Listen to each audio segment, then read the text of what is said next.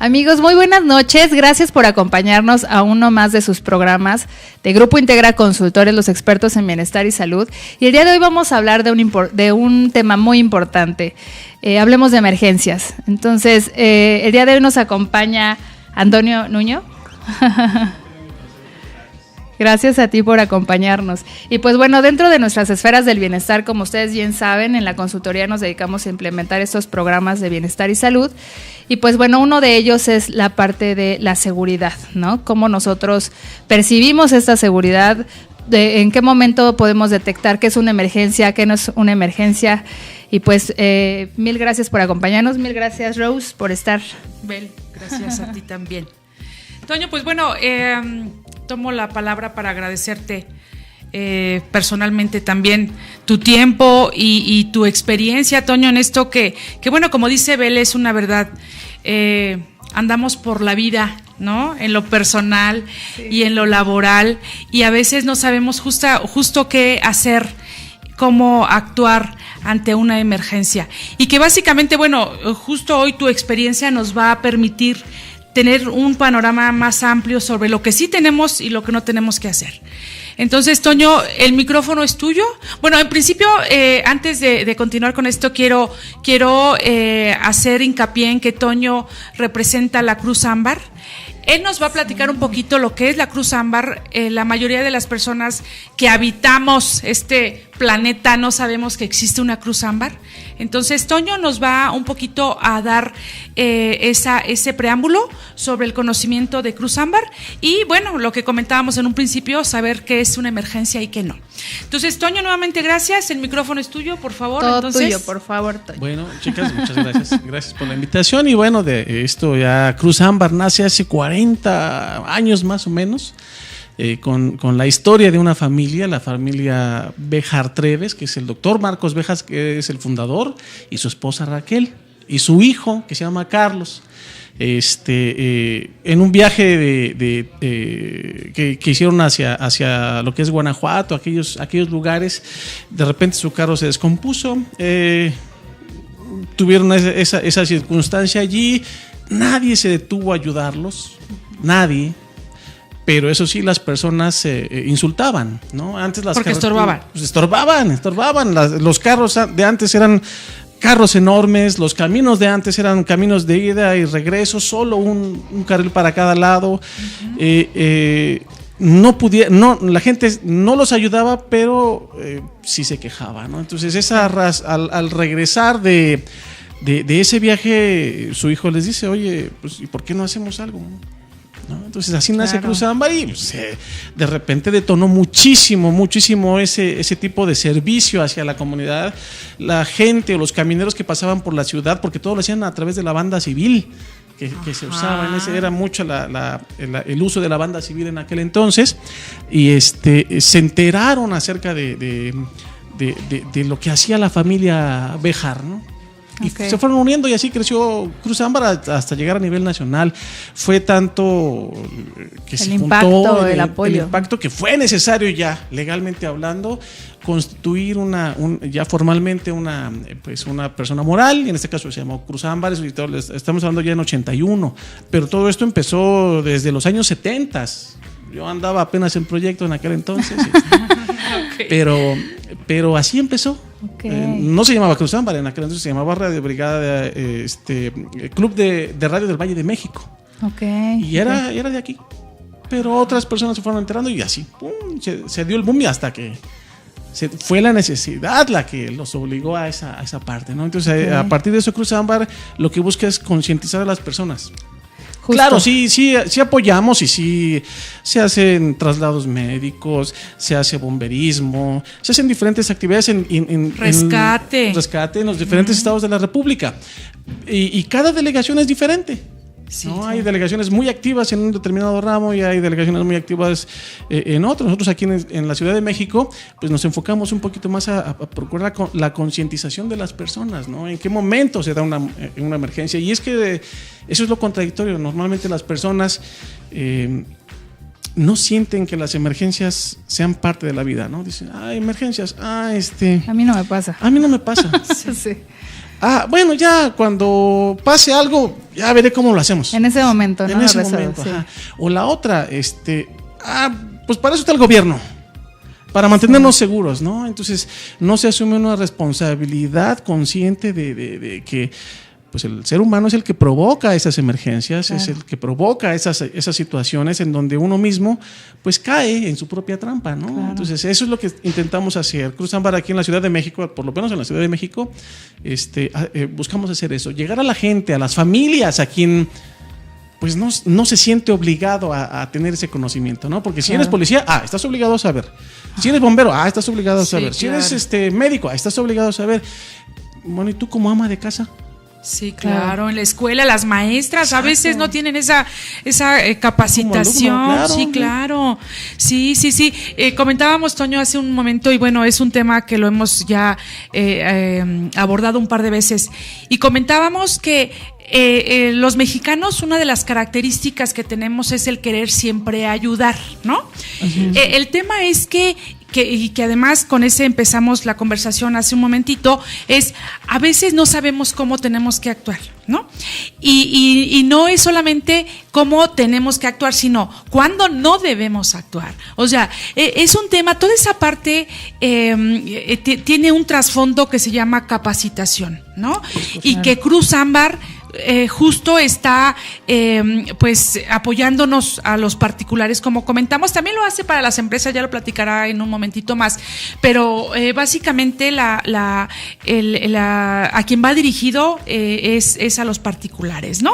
Entonces eso considérenlo, de verdad es bien importante. Hoy tenemos un tema muy que es muy amplio, pero que además el tiempo es muy cortito, pero sí nos gustaría que quedara como ese granito y esa conciencia de que en efecto tenemos que tener la obligación de capacitarnos en lo particular, porque no sabemos cuándo nos vaya a llegar una emergencia, ¿no? Así es, la parte moral, en las emergencias, en toda emergencia del tamaño que sea, siempre va a haber 3 elementos.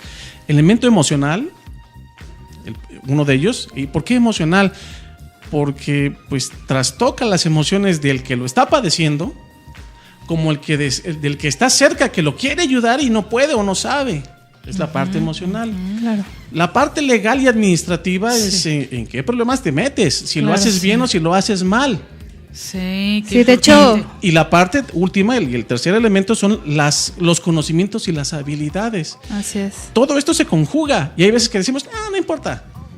Minimizamos las cosas y es donde vienen las consecuencias. Las consecuencias legales, simplemente por poner una inyección. Sí. Oye, tómate esto, es que a mí me funcionó. Sí, a ti. Pero no sabes cómo le funciona a esa persona, ¿no? Sí, de hecho tenemos una pregunta de uno de nuestros amigos que nos ven y nos pregunta, ¿hasta dónde como ciudadano puedes asistir en alguna situación de emergencia sin que salgas afectado? Y como ciudadano, ¿hay alguna forma de tomar un curso básico o profesional para asistir a alguna situación? Nos pregunta Checo. Claro que sí, mira, todo esto tiene un marco legal. Sí existe un marco legal que sea recientemente conocido o que se fomente todo esto es diferente, pero tiene un marco legal. Está la Ley General de Salud, de entrada, y el artículo 55 de la Ley General de Salud es el que establece cualquier persona, física o moral, pública o privada, está obligado a hacer algo en cuanto sepa que una persona necesita de ayuda. ¿No? Claro. Es así lo estipula la ley. Y viene un método, las autoridades de salud empiezan a legislar con respecto a eso y nace la norma 034, que es donde establece el tipo de conocimientos, el tipo de habilidades que deben de tener las personas que asisten. ¿Uno como ciudadano puede asistir? Sí, claro que sí. Primero está la obligación moral, el que tú decidas asistir. A eso se le llama, dentro del marco legal que estamos platicando, a eso se le llama primer respondiente y está establecido en la norma 034. ¿Puedes actuar? Sí. Pero tienes que tener conocimientos mínimos y la norma 034 me establece cuáles son esos conocimientos mínimos que debes de tener. Okay. ¿Sale? Y eso los damos nosotros en lo que la gente comúnmente conoce como primeros auxilios. Entiendo. ¿Sale? Así se le llamaba antes, desde hace muchos años, y es como la gente lo conoce más. También se le conoce como atención médica prehospitalaria, porque la norma está dirigida a eso, es decir, literalmente ¿es antes de un hospital? Entonces se llama prehospitalario, ¿no? Es antes de que llegues a una institución hospitalaria. ¿Puedes actuar? Sí. ¿Qué pasa con los problemas? Bueno, si haces los protocolos, porque esa es otra cosa que hay un error muy grave. Muchas veces la gente cree que los primeros auxilios son acciones aleatorias, acciones que, ¿a quién se le ocurrió? ¿Qué hacer? No son acciones aleatorias. Ya hay protocolos de atención. Es decir, los primeros auxilios son técnicas y procedimientos ya pensados, ya probados, ya preestablecidos que se necesitan aprender. Hay un método, toda la vida tiene un método. Y los primeros auxilios o la atención médica prehospitalaria tiene un método para hacerse o para aplicarse. Si tú aplicas ese método, aunque sea civil, aunque no seas rescatista, si tú entiendes y aplicas ese método, no debes de tener ningún problema legal. ¿Por qué? Porque alguien ya lo dijo y ese alguien fue la autoridad. Y la autoridad de salud a nivel federal tiene o emite ese criterio estableciendo el procedimiento que se tiene que realizar. Y así se le llama Manual de Formación de Primeros Respondientes. Y lo pueden encontrar en internet. Pónganlo en Google y ahí lo van a encontrar. Y vienen todos los métodos. Claro, hay también cursos pagados que vienen del extranjero, instituciones que dan cursos y se cobran, pero también hay información gratuita. Claro. Nosotros damos esa información gratuita, nosotros hacemos esos talleres gratuitos precisamente para la gente que no tiene para pagarlos o que no necesariamente quiere ser rescatista. Sí, que es lo básico, ¿no? Que es cómo actuar ante los que tenemos hijos, por ejemplo, ¿no? ¿Cómo debo actuar para no lastimar más, ¿no? O sea, eso es importante. ¿En qué momento ya mi proceder o mi actuar tiene un límite? ¿En qué momento tengo ya que llamar o tengo que asistir estoy hablando de la familia, ¿no? Con un médico, ¿en qué momento tengo que llevar al hospital? En fin, toda esta información que es sobre todo porque estamos hablando de salvar vidas, ¿no? Claro. O sea, salvaguardar la vida, ¿no? Exacto, de no provocar más daño del que ya se tiene, ¿no? Entonces, dentro del método que existe, dentro del protocolo de atención, dentro de esa técnica que se debe de aplicar, está establecido paso a paso lo que se tiene que hacer. ¿Se tiene que llegar hasta un médico? Sí se tiene que llegar hasta un médico, porque tú no eres médico. Tú lo que haces es procurar estabilizar o detener el daño, que no se siga generando, si se puede. Si con lo que haces, si con las técnicas que ya previamente aprendiste, logras estabilizar esa situación, qué bueno. Si se logra aún más recuperar, hacer que la persona se recupere, qué mejor. Pero no debes de dejar de ir con el médico. Es un error muy grave. ¿Por qué? Porque, no te preocupes, ya no me duele. Ya no me duele. Ajá. Y podemos contar muchas historias acerca de ese tipo de cosas. Y para muestra basta un botón. ¿Qué hacen las mamás cuando los niños se caen? ¿Cómo lo levantan? Pues de aquí, ¿no? Así, lo levantas de... Hay veces que los agarran así de la ropita y los levantan. ¿Y qué pasa con la cabeza del chamaco?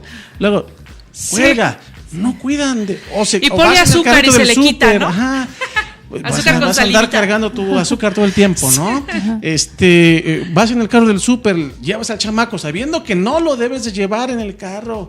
Va el chamaco saltando, se te cae. Lo primero que cae es la cabeza y lo primero que se lastima es la cabeza y el cuello. Sin embargo, tú llegas y todavía todo por tonto. Chamaco, tonto. Y una pelita. Y le toca también, además de la caída, le toca también la pela que le das tú como mamá. Sí. Entonces, ojo, ¿por qué? Porque en un momento determinado eso pudiera estar definiendo entre la vida y la muerte. Sí. La gente dice, ¿cómo? Sí, ha sucedido. Sí, claro. ¿Sale? Así como también, oye, ya se desmayó, se cayó, ya se murió. No necesariamente la persona está muerta. Está Hay que inconsciente. identificar, simplemente perdió su estado de alerta. Le llamamos, comúnmente se le llama, está inconsciente. Ajá. Se desmayó. Sí. Si bien no sabemos exactamente el padecimiento que tiene, pero sí podemos identificar, oye, ¿y sigue respirando? Oye, ¿y sigue latiendo su corazón? Y además de eso, inmediatamente pedir ayuda. O sea, que no seas tú el único que sepa qué está pasando, ¿no? Sí. Claro. Sino que alguien más, además de ti, oye, y empezar a decir, oye, fulano, si estás en la calle, oye, llamen a una patrulla, aquí está pasando esto. ¿Sale? Entonces, eso es lo importante, saber primeramente identificar realmente una emergencia ¿En qué momento se genera? Y para eso, dentro del ámbito, dentro de todas estas técnicas que hay algo que se llama el índice de sospecha. ¿Qué es el índice de sospecha? Es la medida que utilizamos para identificar cuáles son las posibles lesiones que puede una persona tener. Es decir, en base a que, a ver, ¿qué pasó? ¿Cómo pasó? Podemos quizá suponer qué tipo de heridas tiene la persona. Si tú dices, oye, se cayó de una persona mayor de 80 años, se cayó de un tercer piso, pues ¿qué vas a empezar a tomar en cuenta? La edad. Sí, claro. La capacidad de la persona. Exacto. Entonces, ese es un alto índice de sospecha de que la persona tiene lesiones fuertes que ponen en riesgo su vida. Entonces, ¿en qué momento voy a llamar a los servicios de emergencia? Cuando de algún modo identifico que el índice de sospecha es alto. Un electrocutado. Sí, claro. O bueno, alguien que se pasa, ¡ay! Cae inconsciente, ¿no? Pierde su estado de alerta. Oye, me aseguro, obviamente, de no caer en el mismo error. Sí, vas y lo tocas. Ese es el error más grande que hay cuando todos queremos ayudar, como dice Ros. Todos queremos ayudar. Pero ahí van corriendo y caen en el mismo error. En los sismos apenas y cualquier evento grande, muchas veces la gente se mete.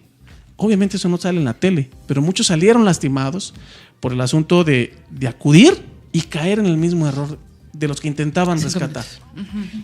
¿Sale? Entonces, es importante entender la observación. Primero, no te metas si todavía no sabes qué es seguro, ¿no? Sí, Toño, hemos platicado mucho justo de la necesidad imperiosa que tenemos de aprender lo básico. Sí.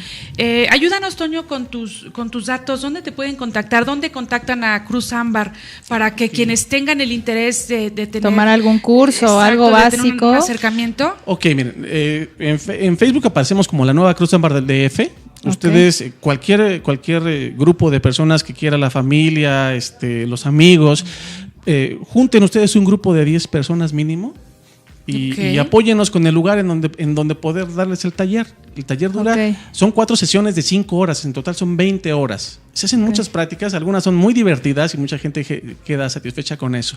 Nos pueden mandar en Facebook a través de inbox la invitación. Oye, ¿sabes qué? Me interesa esto. Perfecto, ya nos contactamos. O a través del correo electrónico, la nueva cruzambardf@gmail.com y de igual forma, ese es el medio de contacto. Para decir, oye, me interesa, bueno, ahí les damos detalles del taller. Procura que sea obviamente aquí dentro de la ciudad, que sería lo más fácil, aunque ya nos hemos ido hasta Morelos.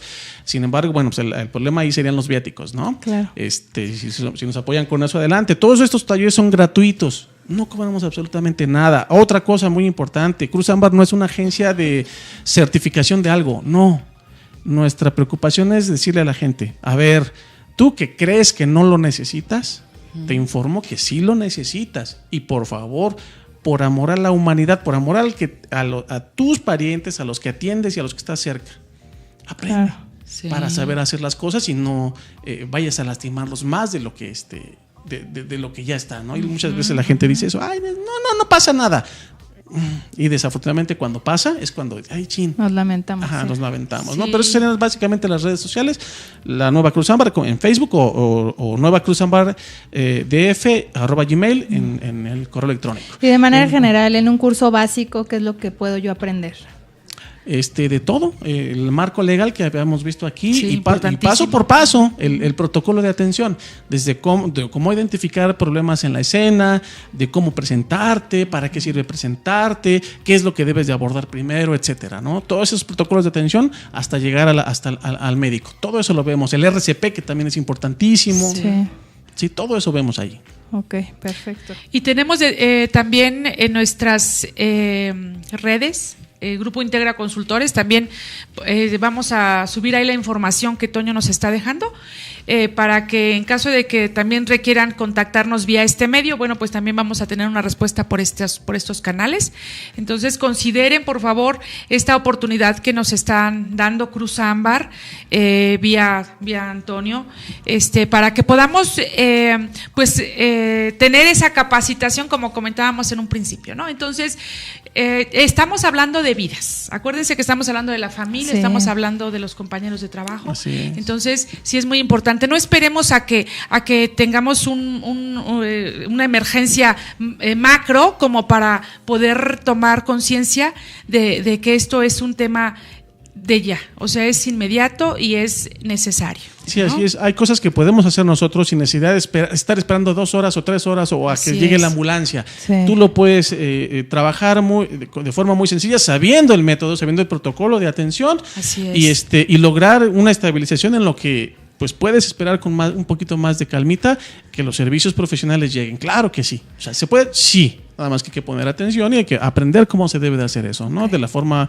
pues correcta. Claro. Exacto. Y este curso lo puede recibir, no sé, niños, adultos, adolescentes. Sí, procuramos adecuarnos. ¿A partir de qué edad? Procuramos adecuarnos. De preferencia que sean niños o personitas que tengan autocontrol.